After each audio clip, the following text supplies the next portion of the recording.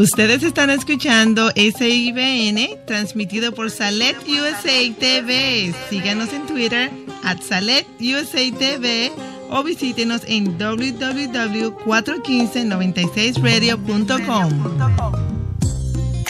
I need you to realize and accept that there is only one philosophy that I have embraced under the Coach's Corner's umbrella, and that is that we are the common denominator in every situation.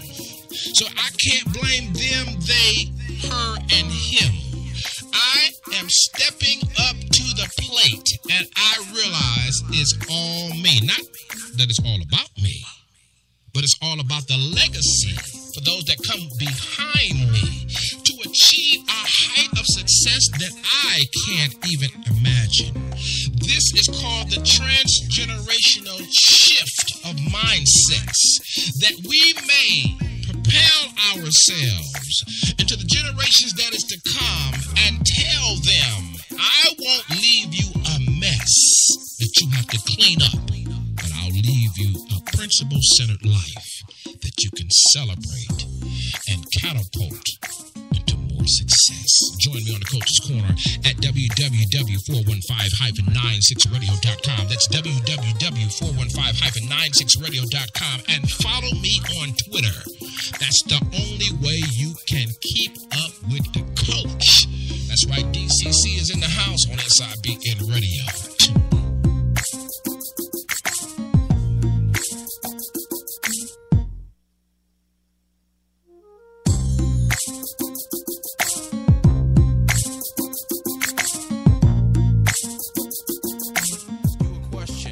Who's coaching you?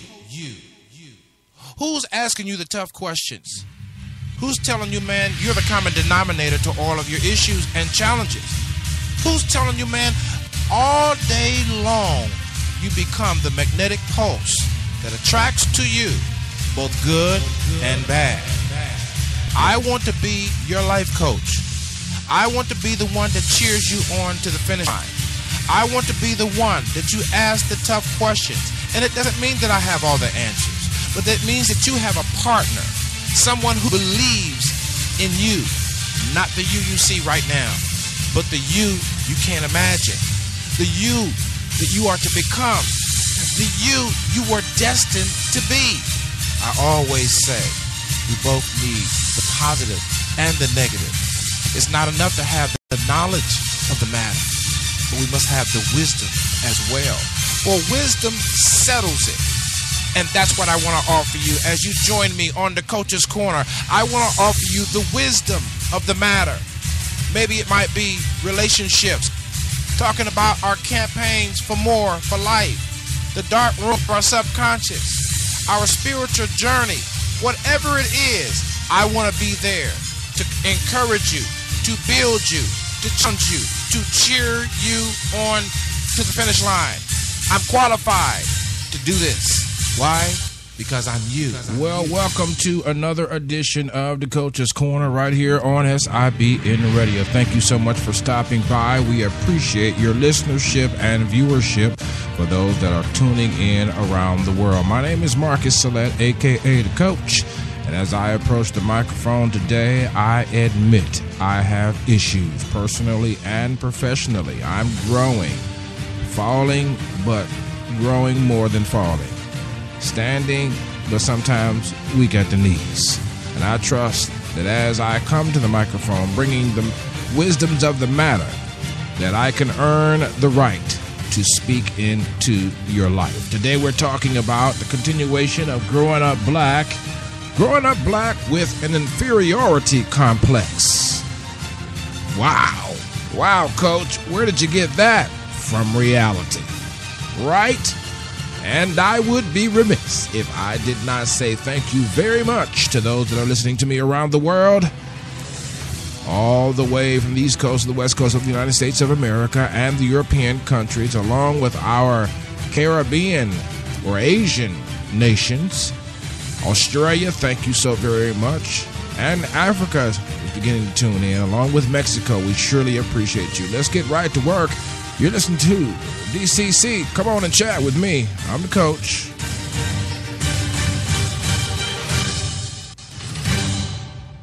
Well, here we are again. I feel okay because I'm getting out of my system some of the things that I have never talked about. Growing up black. What's that like, Coach? Well, let me tell ya. It ain't easy. It ain't your mama's life, I tell you that. But, we've been talking about growing up black in the light of the Zimmerman trial and other trials that will go forth this year and the years to come, because this is an ongoing problem. It is an integrated problem. It is not just George Zimmerman's problem. Had we, as African Americans, been working on our own image, we would not look like we look. Maybe we need to make movies about it. Maybe we need to make songs about it. Maybe we need to preach sermons about it. Maybe do teachings about it or something. Make T-shirts about it. Have a fashion line about how we are not what they perceive us to be, whoever they are. We are not what they perceive us to be, whoever they are. My father sat me down before I was 10 and said, this is how you are perceived. This was back in the, late 60s, early 70s. He's telling me this. So here we are in 2013 and beyond. And y'all still tripping about perception? That's because a lot of the parents that are having kids today are young. And they carry with them the grind and the groove, as they run with the groups, but they don't know about the blood and being in the back and being attacked and the price for the sacrifice. So we got a lot of young folks running around and they haven't been taught. This is how you carry blackness. This is how you carry your mama's name or your daddy's name. It should be your daddy's name, but since daddy's gone, you got to carry mama's name. And in my house, growing up black wasn't easy, and I had two parents and uncles that were around and aunties that were around. So that blows the myth that so many put out there that just because you have a father at home, everything is going to be all right. No, if you have a father figure in your life, it just gives you a more solid foundation. So if your daddy ain't there, you just got to get a father figure. Women, put pleasure on hold and get a father figure for that child. And it's worth the investigation for the foundation that will uphold the motivation and the inspiration that the child will bring you later on in life. I had an inferiority complex after one event. I was complexed about a lot of the things that was going on. But I had my complex developed after one event in, I believe, 1975, 1976, when Alex Haley released the series called Roots. When he released that series, I was committed for a crime that I did not commit at Addison Junior High School, where a white teacher accused me of attacking him. And I shared how that the anger for accusations, because that was the going thing those days, it seemed, in my life at least, the anger that I had towards accusations was over the top. And so I was committed to do, I think it might have been a 4 to 6 months commitment under the juvenile justice program. They didn't call it juvenile justice then, they called it juvenile. Well, maybe they called it juvenile justice in Washington, but back in my hood, it was juvenile, okay? Juvenile detention. And it was supposed to have been a 4 to 6 months commitment, if I can recall correctly, but it ended up being over 12 months. I think it was like 14, 16 months, because I just couldn't handle it.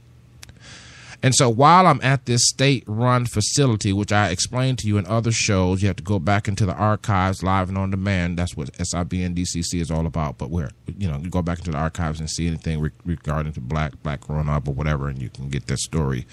But I told you about Governor James Rhodes, who seemed to have some kind of programs that targeted black boys. And I'm talking about on the elementary level. I ain't talking about, maybe it was something that I just missed, but it targeted us disproportionately for truancy. That was the excuse to get us locked up. But however, I'm committed to this state institution at 11 years old, 10 or 11 years old, 10 and a half, somewhere around in there.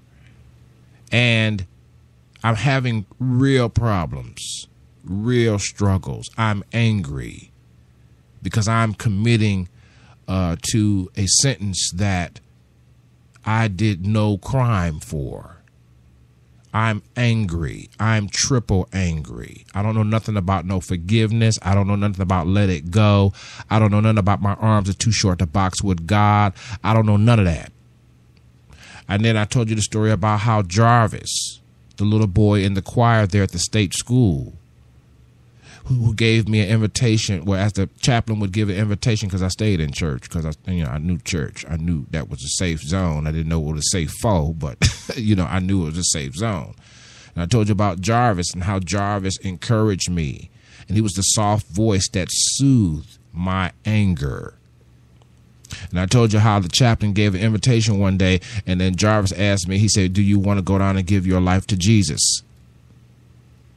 And I said, yes. Of course, I said no several times. That's why he kept asking me. 12-year-old young boy, 11-year-old, whatever the age it was, witnessing to another 10, 11-year-old boy. White boy at that. Jarvis was not black. Jarvis was white. And so anyway, I gave my life to Christ. 1976, October. Led by the chaplain of the Maumee Youth Detention Center, ran by the state of Ohio. But then facilitated by Jarvis, a white Caucasian boy the same age as myself. You get where I'm going? I just wanted to build the framework. When I come back from the break, I want to talk to you about the one show that Jarvis couldn't understand why I watched, called Roots. Roots, the show that birthed the complex that I, as an African American, had going forward. Because remember, I set up for you in other shows that I did not understand this race debate. We lived with whites, we went to school with whites, but yet we had the tensions, the riots. We were in a historic district for rioting. We had disproportionate arrest in the midst of a white and black community. We had activists in the community. I had never witnessed them on the elementary level, but I began to witness them later on the junior high level. And so the whole purpose of this conversation, and we're going to talk about Roots when we come back from the break, but the whole purpose of this conversation is because while we may be mad at Trayvon Martin and George Zimmerman's trial, I think that the anger goes deeper, at least for me, into the things that I have never discussed. The things that happened to me that I have never articulated on the air, the things that went down in my life that caused me to be changed forever as a consequence of my color, as a consequence of being brown, as a consequence of being around. It's the coach, man. I'll be right back.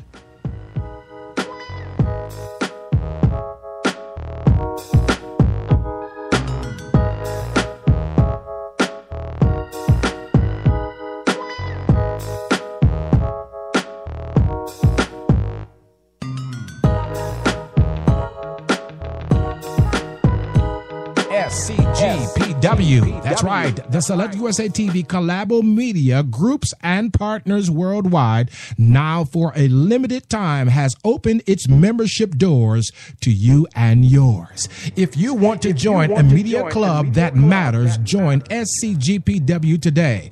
The Select USA TV iBroadcasting Network offers this club for a limited time to the general public. Join free of charge today. That's right. SCGPW has a limited time window that you can join free of charge. And also those members can upgrade to subscribers, thereby subscribing to the various services and benefits right there on the Club Media website. Visit www.WeSupportSelectUSATV.com. That's www.WeSupportSelectUSATV.com. You're listening to the sounds of your lifestyle improvement station.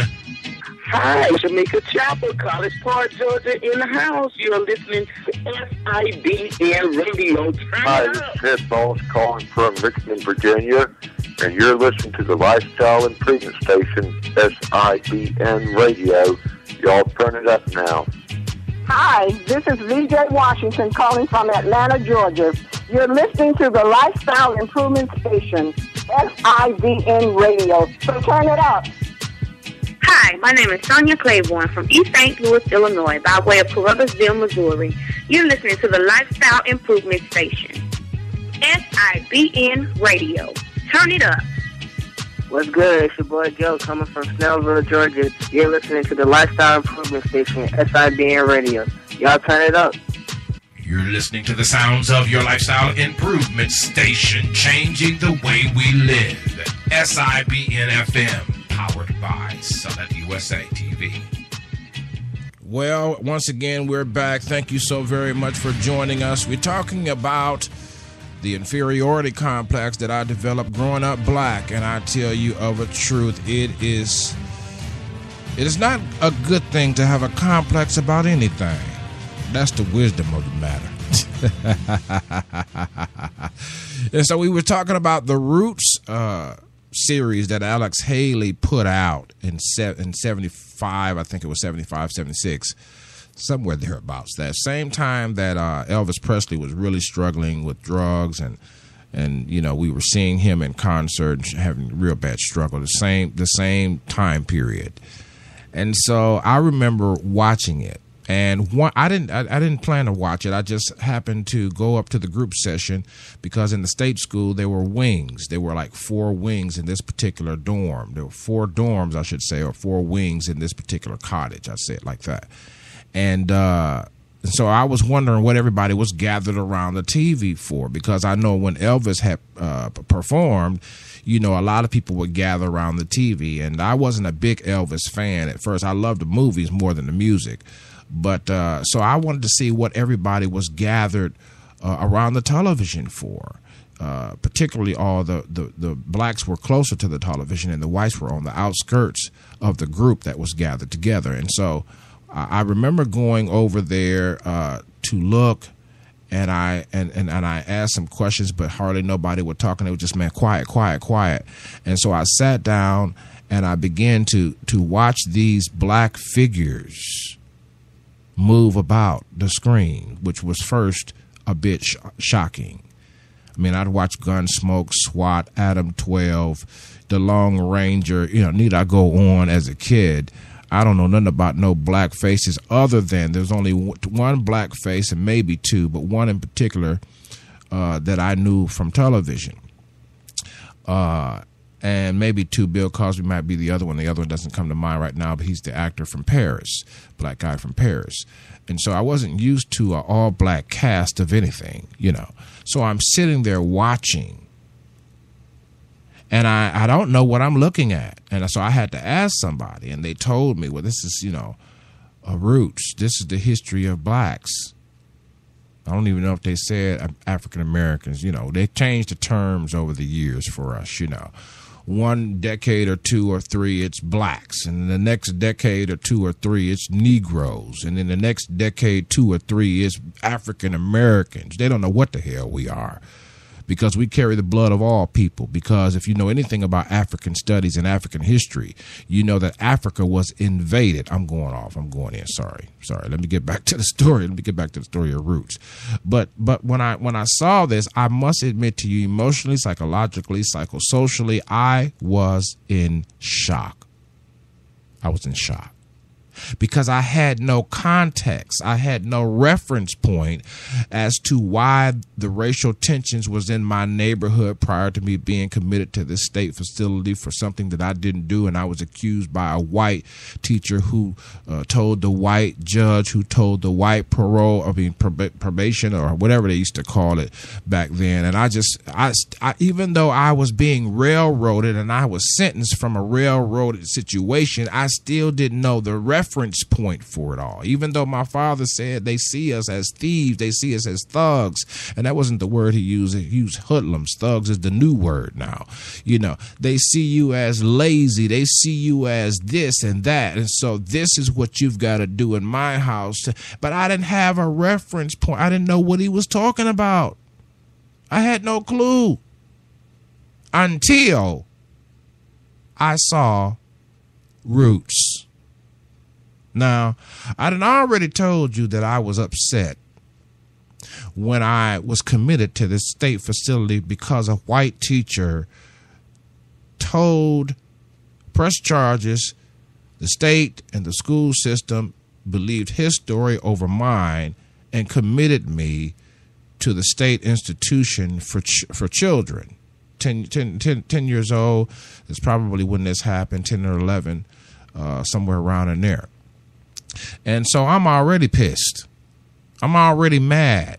I'm already angry. Now I've given my heart to the Lord because Jarvis, that sits in the choir loft in the chapel, after hearing the chaplain give the invitation, says to me, do you want to go up? Because he already know that I'm angry all the time. And so finally I go up, I give my heart to Christ, I find some solace, some peace, some tranquility, and now I'm watching Roots. Now you do the math. Get you mad once, you might be all right. Get you mad twice, you rolling the dice. Just the coach. I'll be right back in a minute.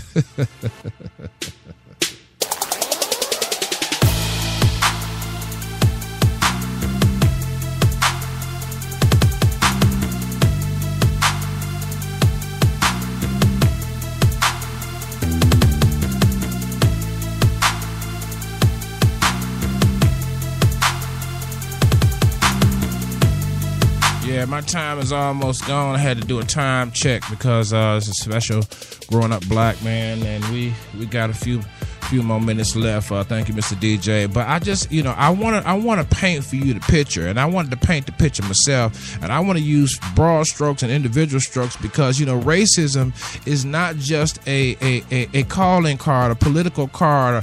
Racism is not just a historic context. Racism is much more than we could ever acknowledge. Racism, the separations of the race, not necessarily blunt in a blunt way, blunt force trauma, if you will, but subtle separations yet integrations. I was integrated with white folks from the time I was a baby, but I didn't understand the race debate.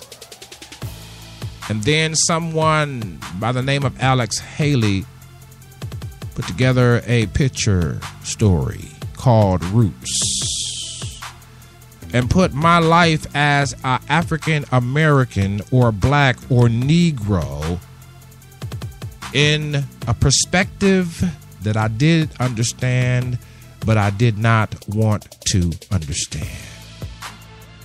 And when I looked at Roots, I'll talk about it on the next show. I'll tell you how pissed off the hell I was. I was so mad. I now had a reference point for my pain. Now I had a reference point for my experience. And now questions that I walked with from the time I was 7, 8, 9, and 10. 4 years of questions that I never asked because you didn't ask too many questions because you had to know what you was talking about to ask a question back in the day. And I realized, so this is what it is. It is what it is. We was trashed. We were nothing in the eyes of white America. We were property to be pimped, played, and punked. We were scorned, ridiculed, spat upon, and used for pleasure and thrown away like chaff in the wind. Now I understood. I didn't want to understand. Here I am in a state school. Here I am too young to have all this anger. I should be enjoying myself. I should be going to Fun World, as I saw in a movie one time. Instead of the girl getting serious about going to school and staying at home and doing what she was supposed to do, she wanted to go with an old prostitute to Fun World.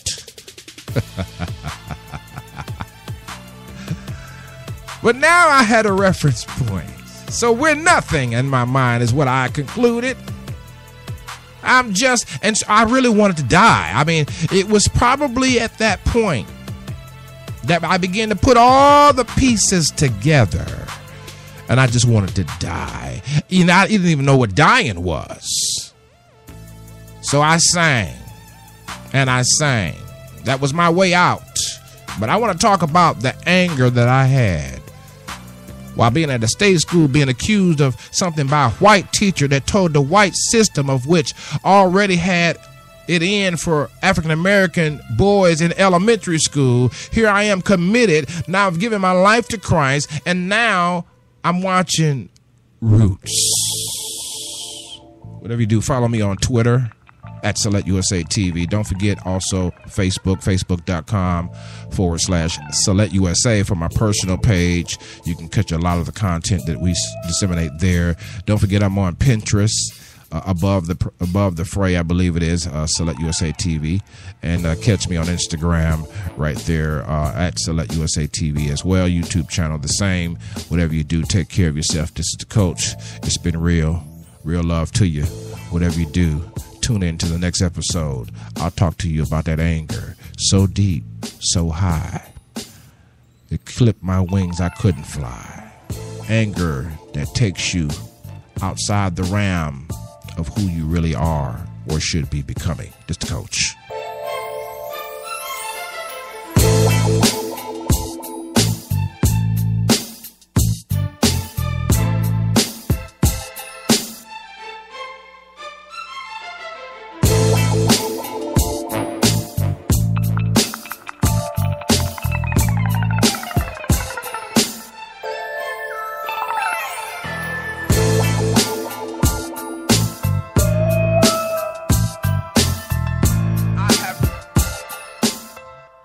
Ustedes están escuchando SIBN, transmitido por Salet USA TV. Síganos en Twitter, @SaletUSATV, o visítenos en www.41596radio.com.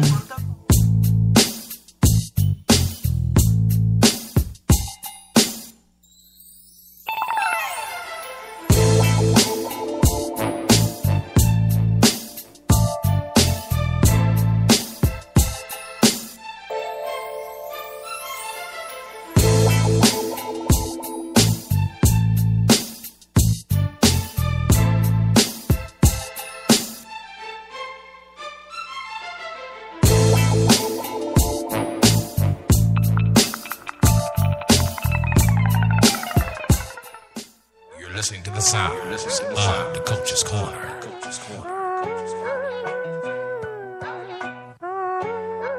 Ready, set, go.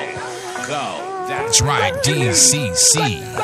Are you ready for the hardcore motivation, daily inspiration, and sure up your spiritual foundation on DCC? If you want more on the go and you need to know, www.415-96radio.com. Join us there as we cheer you on to the finish line of life. This is not your mama's show. This show is for the new generation of those young men and women who know and realize that I've done enough foolish things, I've made enough mistakes, and now it is my time to accept the philosophy of DCC. That is, I am the common denominator to every situation. Join me at www.415-96radio.com. That's www.415-96radio.com. And follow me on Twitter. You're listening to the sound of the Coach's Corner. I's got my eyes on you, and I see you done sat down on the future. I need you to get up, stop looking back, and move forward. What you need, what you need, what you need, what you need, I got what you need.